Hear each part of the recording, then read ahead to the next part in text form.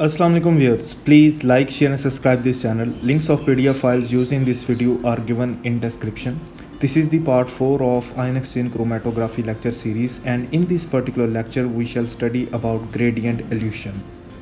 आज हम ion exchange chromatography के सिलसिले में हम नेक्स्ट लेक्चर जो है वो स्टार्ट करेंगे। तो जैसा कि पिछले लेक्चर में मैंने आपको बताया था कि हम रेजन्स यूज़ करते हैं एज अ स्टेशनरी फेस, और उन रेजनस मटेरियल्स के साथ जो है वो आपका कोई पॉजिटिव या नेगेटिव ग्रुप लगा होता है जिसके साथ फिर आयंस जो हैं वो एक्सचेंज होते हैं डिपेंडिंग अपॉन के आपके रेजन के साथ केटाइंस लगे हुए हैं या इनाइंस। अगर आपकी रेजन के साथ केटाइंस लगे हुए हैं तो वो इनाइन एक्सचेंज रीजन होगी, क्योंकि फिर जो सोल्यूशन में इनाइंस हैं वो उसके साथ स्टिक करेंगे और जिसकी स्ट्रेंथ ज़्यादा होगी वो ज़्यादा देर तक स्टिक रहेगा और एल्यूट आउट सबसे लास्ट में होगा। वेयर एज जिसकी स्ट्रेंथ जो है वो कम होगी वो जल्दी एल्यूट आउट कर जाएगा। इसी तरह अगर आपके रीजन के साथ जो है वो इनाइंस अटैच हैं फॉर्मली, तो फिर जो है उसको हम कहेंगे कि वो केटाइन एक्सचेंज रीजन है, कि वो केटाइंस जो है वो उसको सेपरेट करेगी। तो इस तरह हमने दो टाइप्स पढ़ी हैं, cation exchange resins and anion exchange resins. अब यहाँ पर हम डिटेल में चलते हैं। तो स्टेशनरी फेज जो होता है उसको हम 3 टाइप्स में डिवाइड करते हैं। Number 1 resins, number 2 gels and number 3 inorganic exchangers. अब रेजन्स भी पॉलीमर्स होते हैं, जेल्स भी पॉलीमर्स होते हैं। इनमें फ़र्क क्या है? रेजन जो होगा वो मटेरियल वो ज़रा स्मॉल साइज़ के सफ़ियर्स होते हैं या स्मॉल बॉल्स होंगी, वेयर एज आप जेल्स को कंसीडर करें कि ये लार्ज बॉल्स होंगी, jelly like. Resin will be small balls like.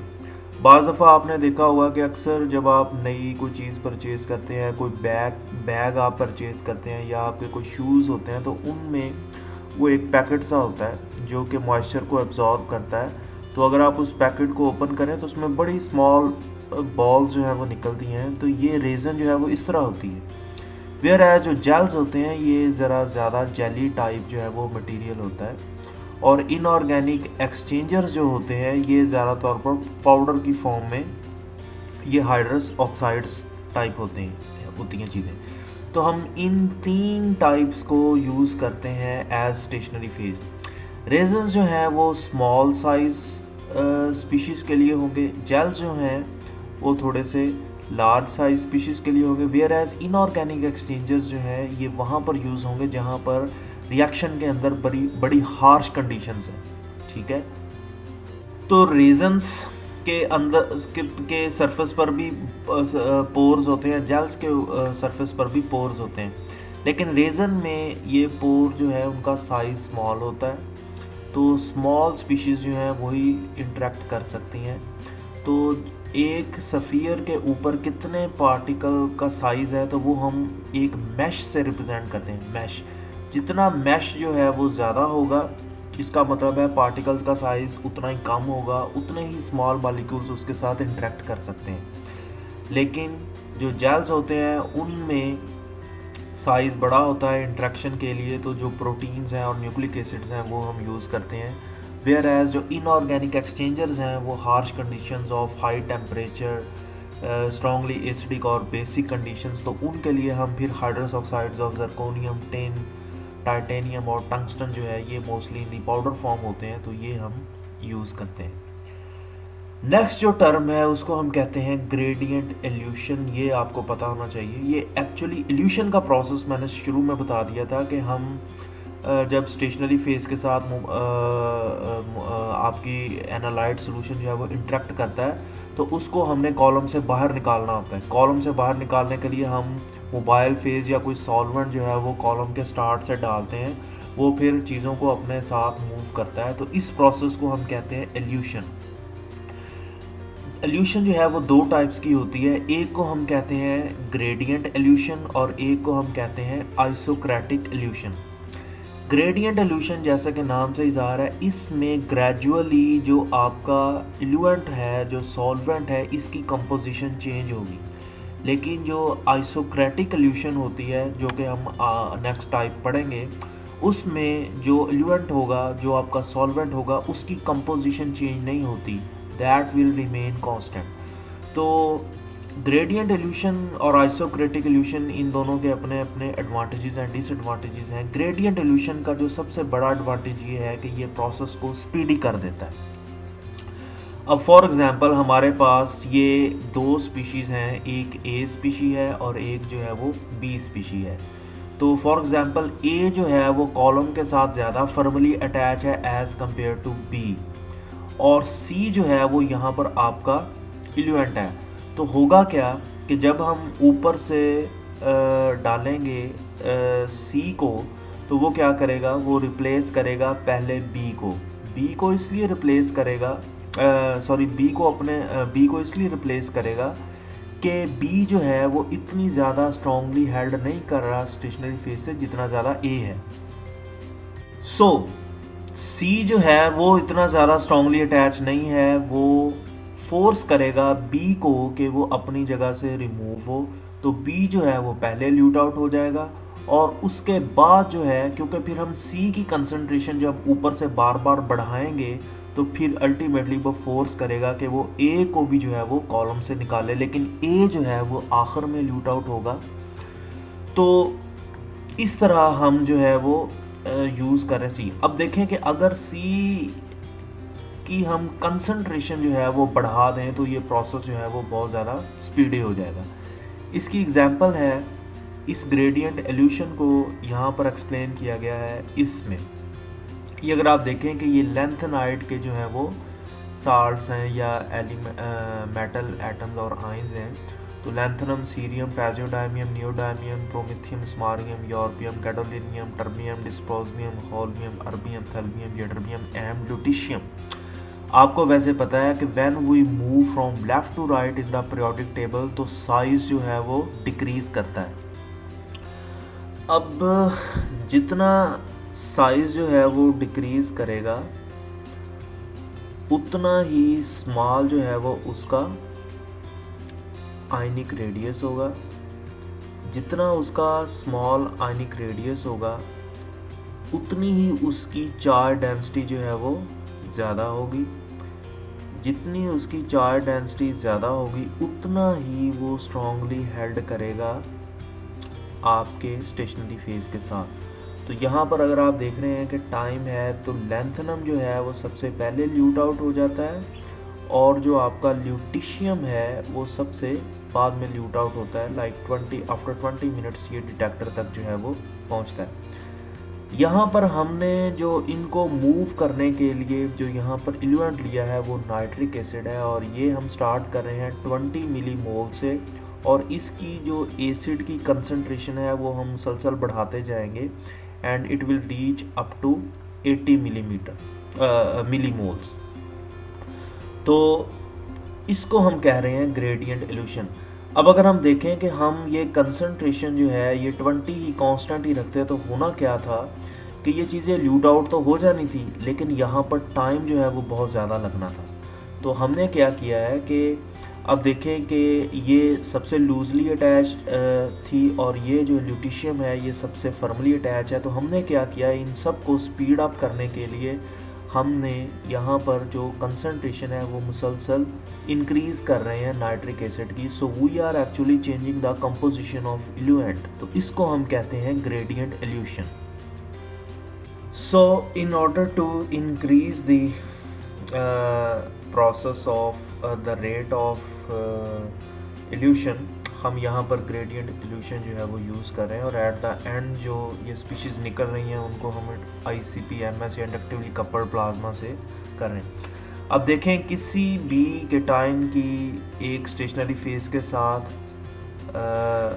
अगर उसकी सिलेक्टिविटी कोएफिशिएंट जो है वो ज़्यादा है, यानी कि उसकी फर्मनेस ऑफ अटैचमेंट ज़्यादा है स्टेशनरी फेज के साथ, तो उतनी ही ज़्यादा हायर कंसंट्रेशन में हमें H+ आयन चाहिए, ताकि वो इसको रिमूव करे, उसकी जगह पर खुद अटैच हो जाकर और इसको डिटेक्टर तक जो है वो लेके आए। So this was the meaning of this gradient evolution. और अगर हम यहाँ पर कंसंट्रेशन नाइट्रिक एसिड की कांस्टेंट ही रखें तो उसको हम कहेंगे आइसोक्रेटिक इल्यूशन। तो उस केस में क्या होगा कि यहाँ पर ये चीज़ें ज़ाहिर है जो ज़्यादा फर्मली अटैच है वो सबसे बाद में आएगी और जो लूजली अटैच है वो सबसे पहले आएगी, लेकिन ये होगा कि यहाँ पर टाइम जो है वो बहुत ज़्यादा बढ़ जाएगा। और हमने क्योंकि फिर एक सैंपल कई दफ़ा हम उसका रन करते हैं, फिर हमारे पास कई सैंपल्स होते हैं, तो हम चाहते हैं कि हमारा जो एनालिसिस पर सैंपल जो टाइम है वो कम से कम हो, तो इसलिए फिर हम ग्रेडियंट इल्यूशन जो है वो उसको यूज़ करते हैं। नेक्स्ट है कि ये एप्लीकेशन इसकी क्या है कि हम ये जो आयन एक्सचेंज क्रोमेटोग्राफी है इसको सिर्फ सेपरेशन के पर्पस के लिए यूज़ नहीं करते, हम इसको डिफरेंट पर्पस के लिए यूज़ करते हैं। फॉर एग्जांपल ये आप देखें कि अगर ये है आपके पास टेट्रा प्रोपाइल अमोनियम आयोडाइड है, तो इसको अगर हम हाइड्रोक्साइड में चेंज करना चाहते हैं तो हम क्या करेंगे कि एक ऐसा रेजन लेंगे जिसके स्टेशनरी फेज के साथ OH ग्रुप्स अटैच होंगे। जब हम ऊपर से आयोडाइड आयन जो है वो डालेंगे तो आयोडाइड जो है वो अटैच हो जाएगा आपकी रेजन के साथ, और जो उस रेजन के साथ OH अटैच है वो इस ग्रुप के साथ मिलकर ये बना देगा। तो बड़ा जल्दी ये रिएक्शन हो जाएगा एज़ कम्पेयर टू कि अगर हम इसका OH के साथ रिएक्शन बाहर करवाएं नॉर्मल रिएक्शन वे के ज़रिए। सिमिलरली प्री कंसंट्रेशन के लिए भी हम यूज़ करते हैं। यहाँ पर ये प्री कंसंट्रेशन टर्म भी बड़ी ज़रूरी है। प्री कंसंट्रेशन का मतलब है कि बिफोर द एनालिसिस हम अपने एनालाइट की कंसंट्रेशन को एक जगह पर इकट्ठा कर लें, इतना ज़्यादा कंसंट्रेट कर लें ताकि हमारा जो इंस्ट्रूमेंट है वो उस कंसंट्रेशन को ईजिली डिटेक्ट कर ले। फॉर एग्ज़ाम्पल अगर आपने पता लगाना है कि आपकी फ्रेश जो वाटर लेक है जिसका पानी हम पी सकते हैं उसमें आयंस की कंसंट्रेशन क्या है, तो ये हम एक रेजन लेते हैं, इसको हम कहते हैं अमाइनो डाइएस्टिक एसिड, और ये केलेक्स के नाम केलेक्स 100 जो है वो इसका कमर्शियल नेम है। अब होगा क्या कि वाटर के अंदर जितने आयंस होंगे, केटाइंस होंगे फॉर एग्ज़ाम्पल, वो इस H+ को रिप्लेस करके यहाँ पर अटैच हो जाएंगे और ये जो H+ है ये वाटर के अंदर चला जाएगा। एंड एट द एंड होगा क्या, हम इस पूरी रीजन को लेंगे और इस रीजन के साथ डिफरेंट केटाइंस जो हैं वो अटैच होंगे। तो हम इस रीजन का एनालिसिस करेंगे और हम पता लगाएंगे कि उस फ्रेश वाटर में कौन कौन से आयंस थे।